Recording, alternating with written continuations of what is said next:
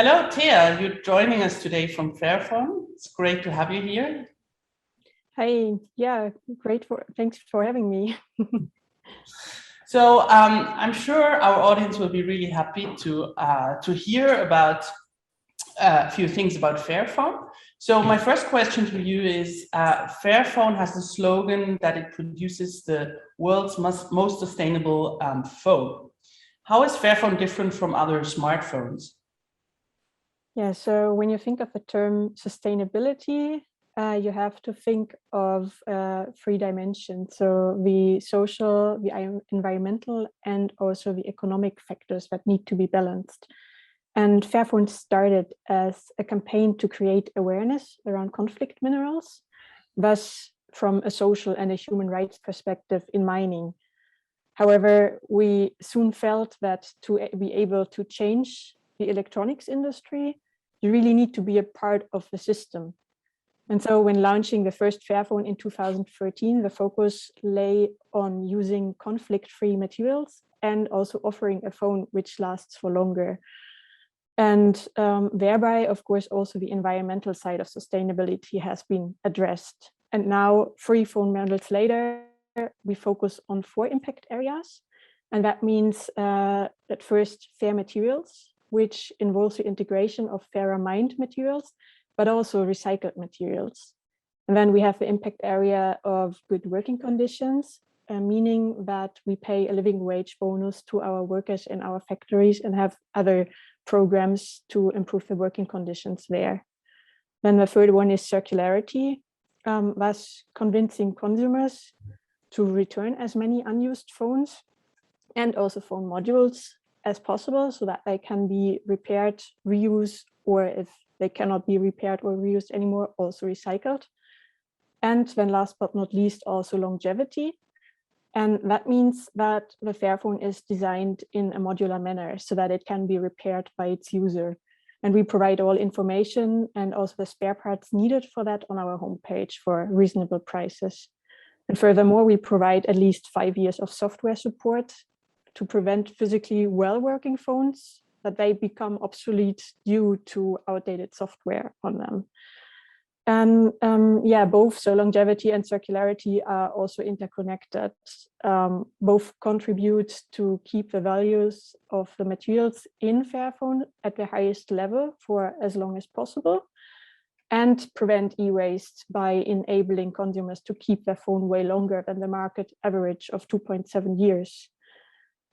Yeah, but at the same time, it's not only our product, which we want to become more and more sustainable, but our mission is to establish a viable market for ethical electronics and to motivate the entire industry to act more responsibly.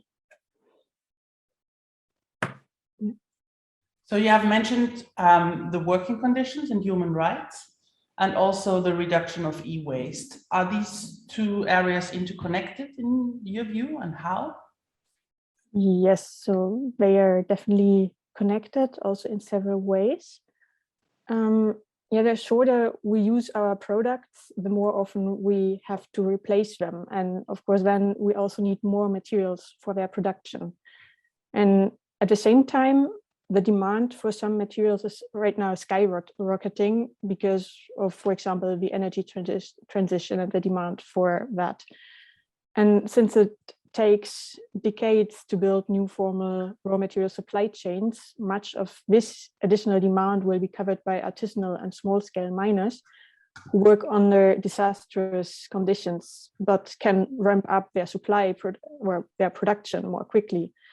And critical raw materials, which are at the same time conflict minerals, such as tantalum and tungsten, are often related to financing conflicts, and also human rights violations are common there.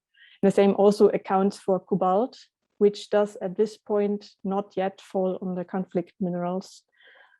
Yeah, and additionally, if we think of electronic waste, which ends up in countries which don't have a formal recycling system, the waste is usually handled by the informal sector. And that means that the hazardous chemicals that are contained in the electronics, that they enter soil and water, and they are also emitted into the air.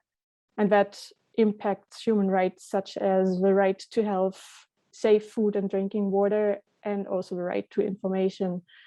Yeah, also for the worker themselves, but also for the surrounding communities. What is your or Fairphone's vision for the future?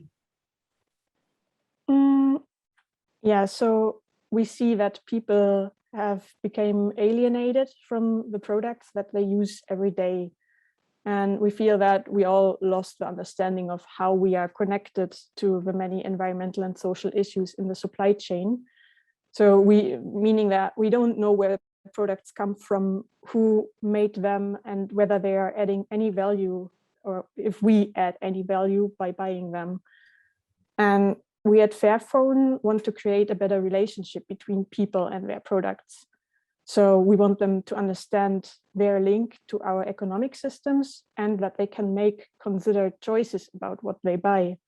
So our vision is to transform electronics into an industry where taking care for people and planet is a natural part of doing business.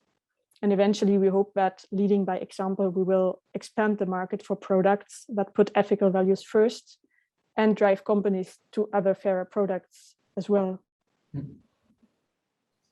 Now, I would be very interested, and I think also the participants who are interested who chose this course because they want to know about the sustainable management of critical raw materials. What could be our own contribution to this goal, on a personal level? Do you have any advice? Yeah, so the production of most electronic products consumes critical raw materials, and therefore we should all try to buy less electronic products and really keep the ones that we already have for as long as possible.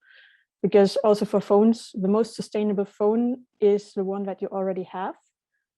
Thus, before you buy a new phone or any other product, ask yourself why. And if a part of your phone or another product is broken, try to get it repaired first.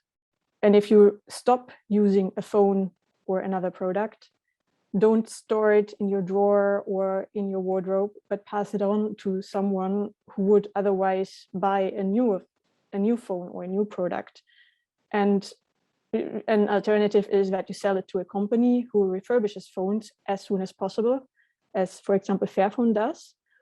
And once it is stored too long, such a product, it can only get recycled, which hardly benefits the availability of critical raw materials, because those critical raw materials are mostly among the, let's say between 60 and 70% of the materials which get lost during processing.